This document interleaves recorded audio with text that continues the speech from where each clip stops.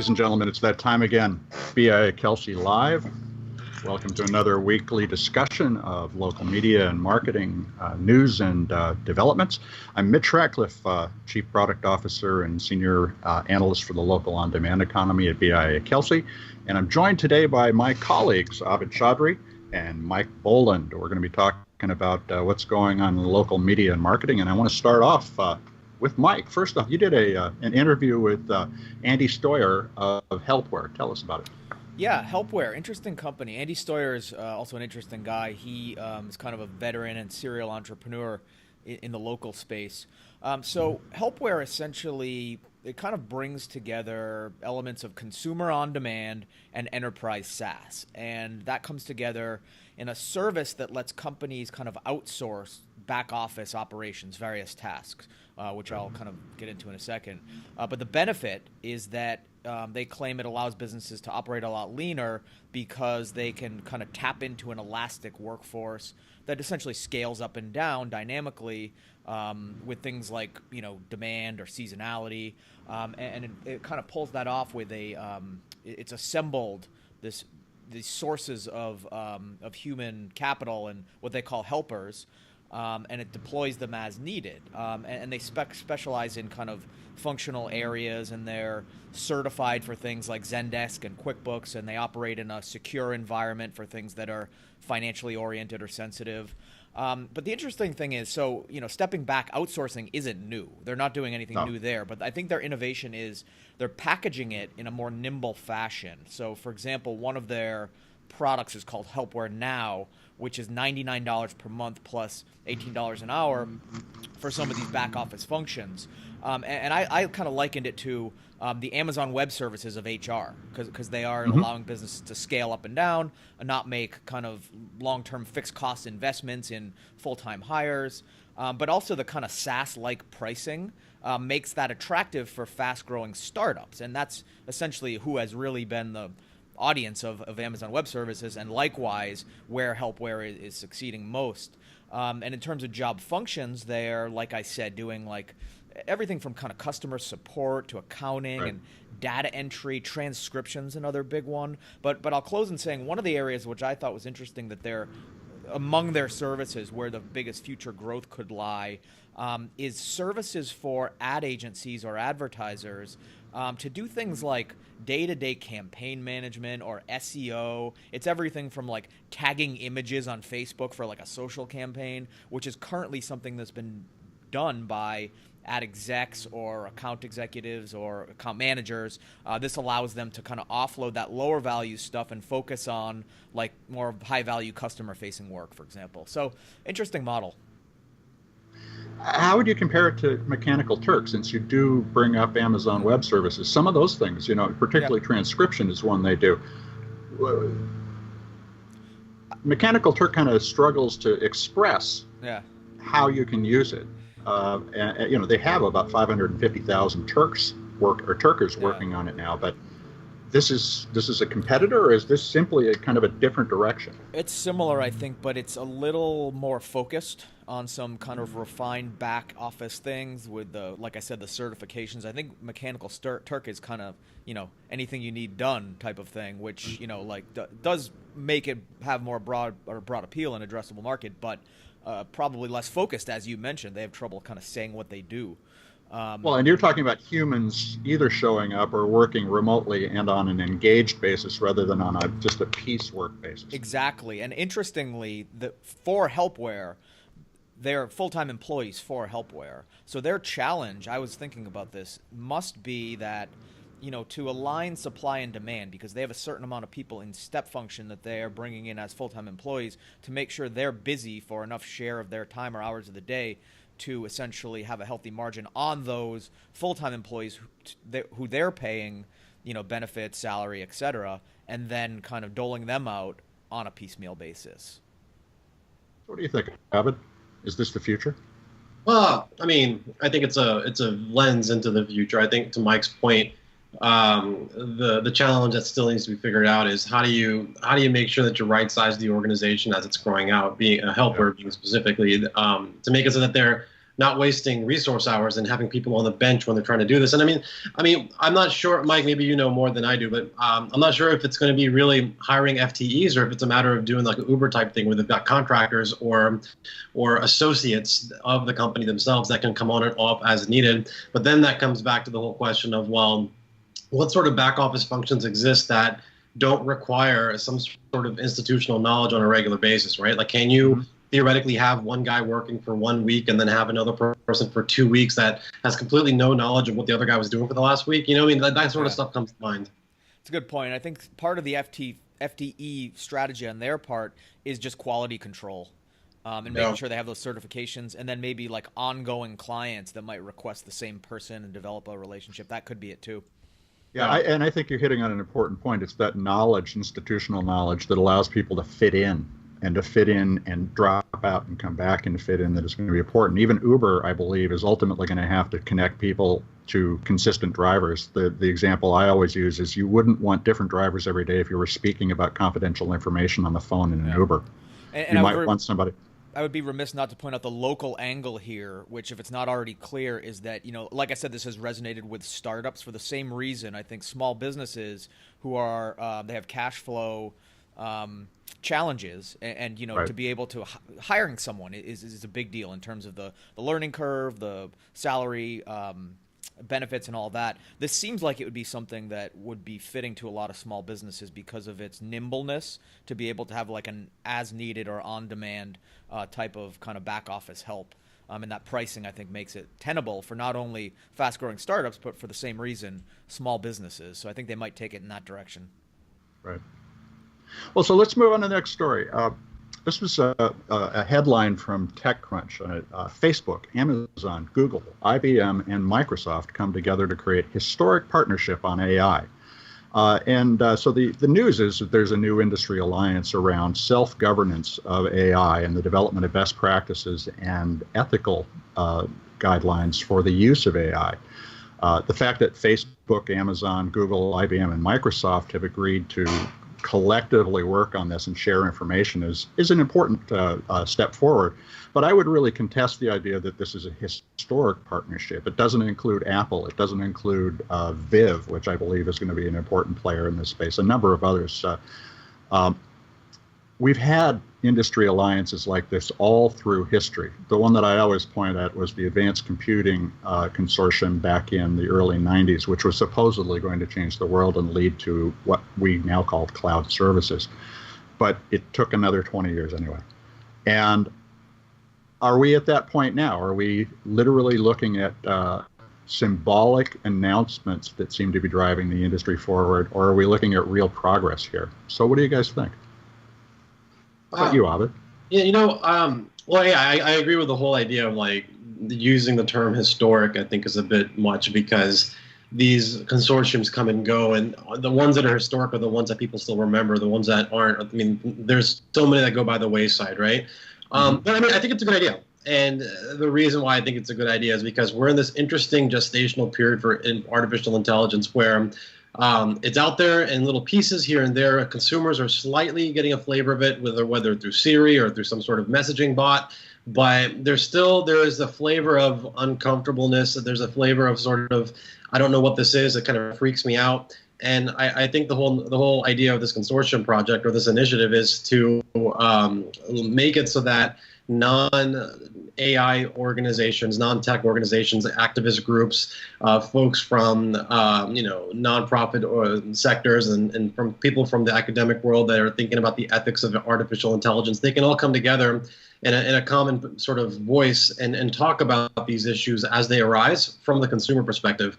AI is pretty pervasive already in the enterprise sector, right? Like it's already powering a lot of things in the enterprise world related to backend. And before people are going to be comfortable letting artificial intelligence drive their car or run their schedule for them, they're going to need to be a lot more comfortable with the idea of what artificial intelligence is and just the idea of being able to talk about it with a vernacular that's not creepy, scary robot, right? And I think that's kind of what the purpose behind this is. And I remember I think I saw a quote from one of the folks from IBM that talked about how for society at large to really get the benefits of AI, they need to be able to trust it first, right? And I think that's kind of what the whole sort of point of this would be.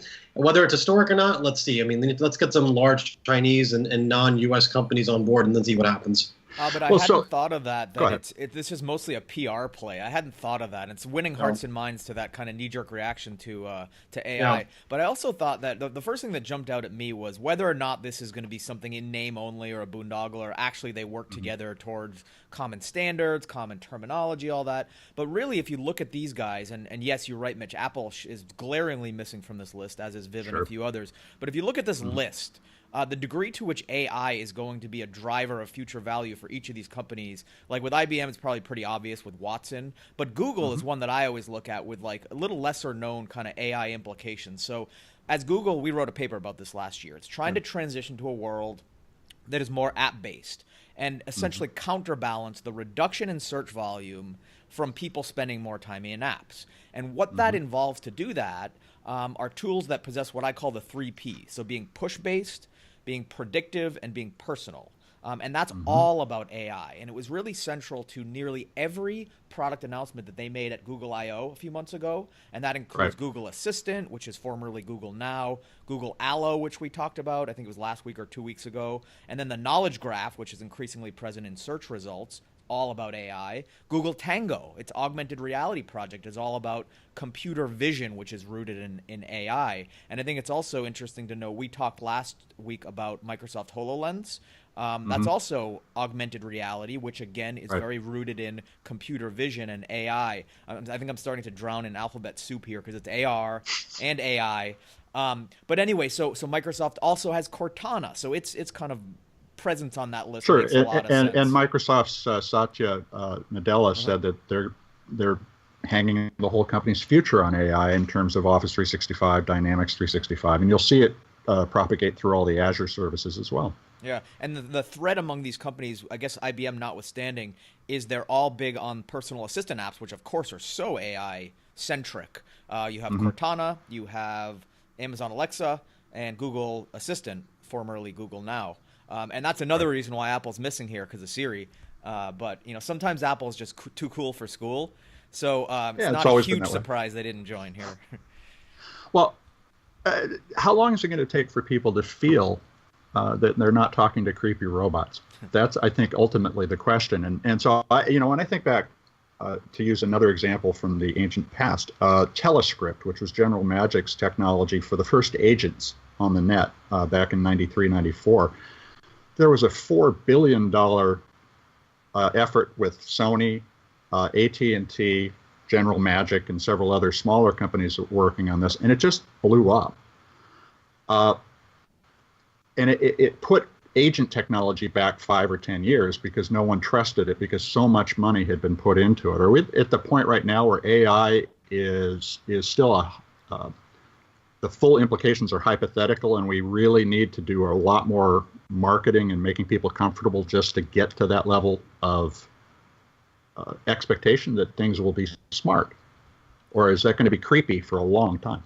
I mean, I think we're past it's creepy phase for the first few baby steps. I mean, I look at my own life in terms of just general activities, and I was looking at my phone prior to recording today, and I use a service called Simple. Is it Simple Bank? I forget if it's called Simple Bank. It's so in the background of what my life is now that I forget the name service. But it's a completely AI-driven, text message-based banking system that does incremental saving from my bank account. And it takes it takes a couple of dollars out of my bank account every day and puts them into an account. Every morning I get a text message from this bot that says, "Hey, how's it going? Here's your balance. Did you want to take any money out?" And if I want to do something, I don't go to a website or an app. I just text message this bot and I say, "Hey, can you withdraw X amount of dollars and put it into blah?" And it'll do it for me. Completely natural conversation. And it's kind of surprising when I think about it, because it's very clean, it's very organic, and it's completely artificial intelligence. And I think that we're seeing more and more of that start to happen throughout little itty bitty pieces of services throughout the web. And I think that people are going to start to get used to, and especially with Allo, with Google, I think that their foray into this messaging system with AI really is a test of whether or not people are going to be comfortable with conversing with an AI straight up. And I think they will be. And I think that that's going to be the success of Allo itself. It's not going to be that everyone's going to start using Allo as a message service, but rather that Allo was one of the first times where people were comfortable having a relationship with an artificial intelligence. I think Facebook will provide that litmus test too, because we failed to mention them so far. But with Messenger, and they're huge on chatbots and AI. It was one of the biggest things that they talked about at their most recent F8 event with the chatbot demonstrations within Messenger. Messenger just passed 1 billion users, so that'll be a good kind of cultural test of if people are using it. I think it's too early to tell. But Mitch, back to your question of like, this time, will people be more comfortable? I think a lot of that's generational, and you have now like 2 generations of digital natives, and I think that's going to, I guess, ease some of the receptivity to artificial intelligence with things like at the early days, like chatbots, and then getting more advanced over time. Well, so it sounds like overreach would be the thing that to avoid as an AI provider. Keep it simple, keep it practical. Don't be creepy is always the mantra. And don't be creepy. Yeah, don't be creepy. Well, we mentioned Facebook, so let's move on to their recent announcement. So Facebook now is claiming they have 4 million brands, 20% of whom are buying video ads on Facebook. So let's try to parse this announcement. Facebook came out and, sorry, I'm reading as I'm talking to you. 4/5 of their advertising revenue is currently coming from ads shown on smartphones and tablets. And they also have rolled out autoplay video ads, which are, well, they're better from their perspective because they count them as soon as they start to play.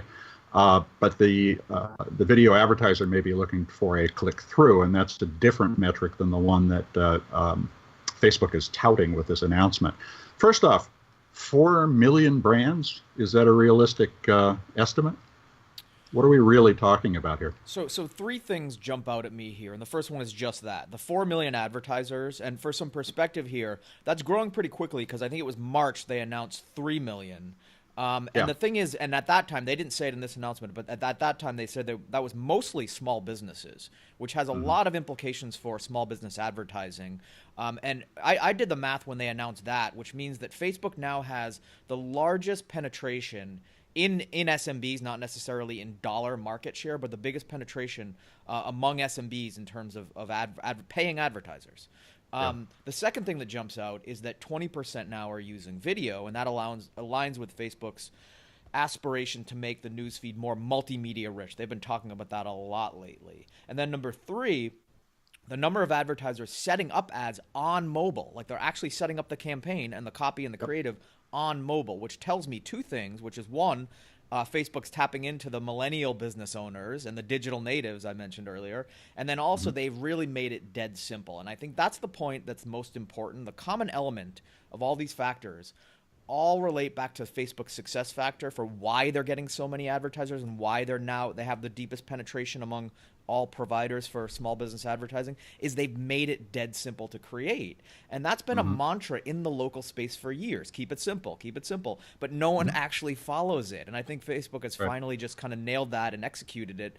If you look at something like Google AdWords, which was previously the poster child for kind of self-serve campaign management, it's really not that easy. So it's really that simplicity factor. And the last thing I'll say is that Facebook has inherently advantage because everyone has a Facebook account. So all these small business owners are used to it from a personal perspective. And it's not that much of a logical or mental leap to say, oh, I could get business leads from this too. And the setup is so easy. Well, I see Google trying to make the same kind of move towards simplicity and what we talked about last week, the one button to buy the entire inventory. It just becomes a check mark for people buying. But what you're talking about is another level of ease, which is that anybody can do this. So, Abid, is this the future of SMB advertising? Well, yeah, I think it's the future of advertising.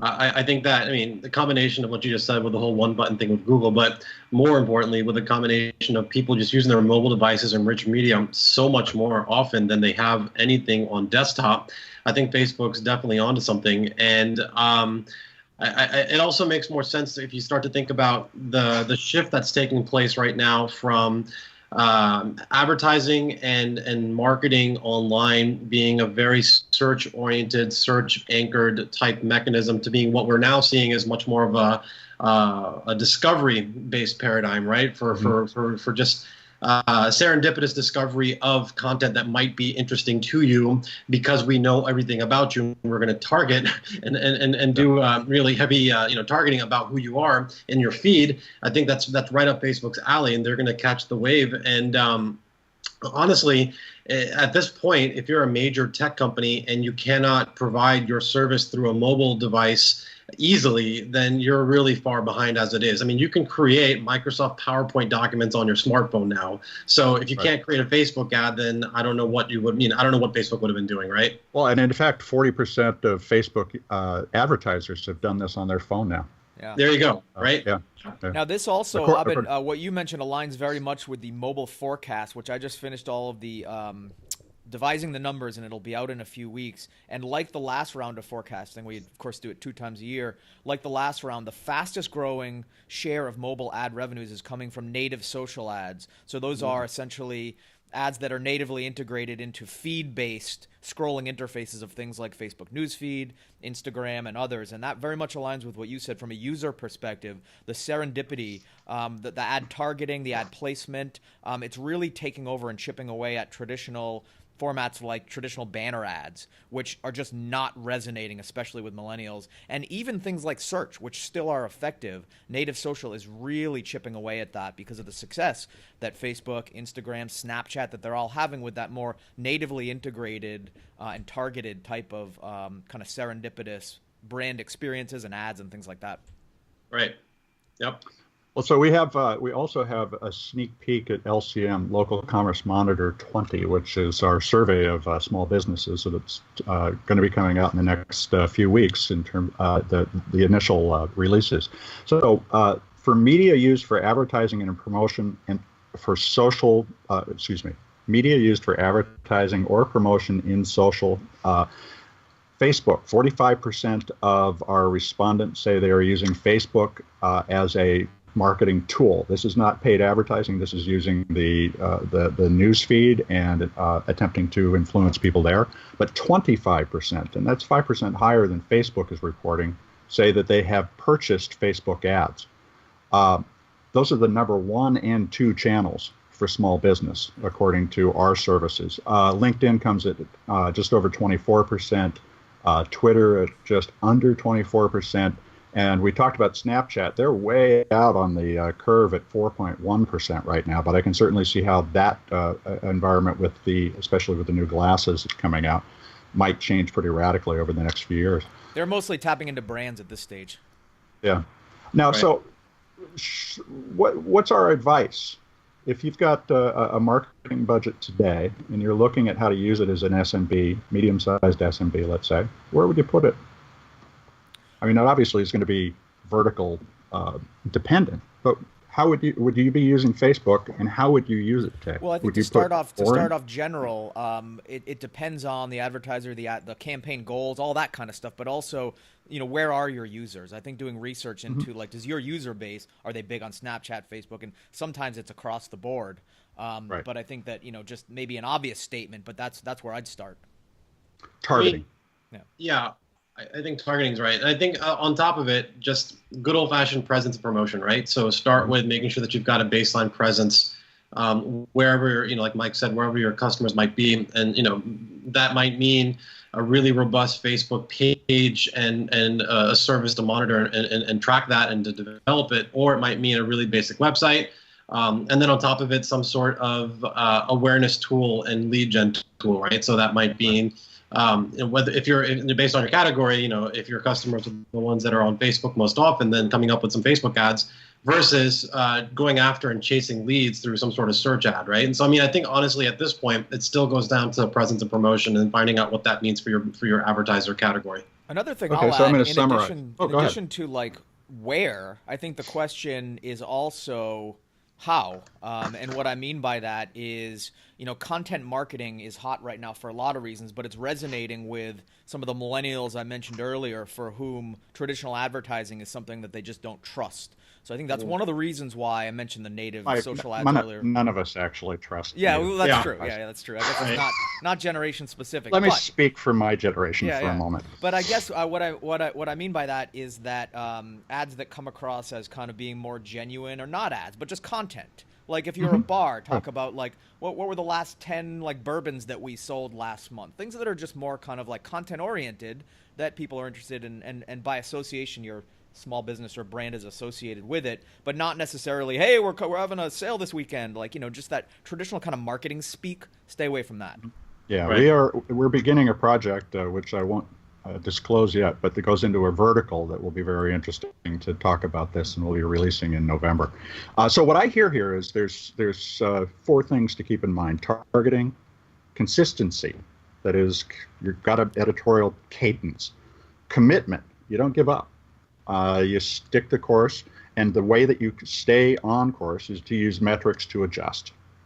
Yep. So it's they're reporting great growth. But for the people using this, they need to be thinking about how to maximize their value rather than simply responding to the fact that Facebook is the place to be. Yeah. Right. Yep. Okay. Well said. Great. Well, we just finished all the news for the week. All of it. That's it. No, it isn't really. Actually, I'm going to throw one in here. So this morning, Yext announced that they are integrating with Uber. That is, they're putting a button in when you find something. Find a listing for a business, you can call an Uber to take you there. Is that kind of integration a step in the right direction for Yext? What do you think of it? You had a strong response to this. I think it's definitely a step in the right direction for Yext. Yext has been doing everything right when it comes to making sure that they can put their location information and location data out in many different streams as possible. A couple of years back, they had that same type of integration happen with Apple and their Apple Maps product. Now they're going to do it with Uber, where anytime a Yext listing appears anywhere across the Next network, now for participating brands, it'll also include a button that says, drive me there with Uber. And so the example that they used was, I think, the Guitar Center store. You might search for Guitar Center, you find their profile page through a Yext provided page. On that profile listing, it's going to have a button that says take me there with Uber. Now, if you click that button, not only will an Uber actually get to you to take you to the Guitar Center, but also as you're in the car on the way, Yext will serve up very customized advertising / marketing around that brand in the app. In the Uber app itself, whether it's an inventory of what's in the store, special promotions that might be coming up. And I think it's a great way for Uber to create a new channel for advertising for itself in a very interesting medium. And for Yext, it's a great way to show that, yes, indeed, they are the sort of system of record when it comes to location and location listing information online. So, I think it's all great steps for them. Yeah, exactly. Yext is like, its value proposition is being the one-stop shop. So this makes sense. It broadens its appeal to what it's providing for its partners and clients in terms of like its capability. Like a couple months ago, it just tied in with Snapchat to allow its partners to integrate geofilters in local events and local businesses. And I think this is just, you're going to continue seeing this from Yext in terms of just plugins, API use, and just integrations with a broader range of consumer services. And it just makes a lot of sense because, again, from the beginning, their value proposition has always been like, we're the one-stop shop to aggregate all these things for you. Right. So, we started off talking about the variety of types of workers that could be deployed on demand in a business. We're talking about a variety of different kinds of services that could be integrated into Yext. How complicated could that potentially get for Yext?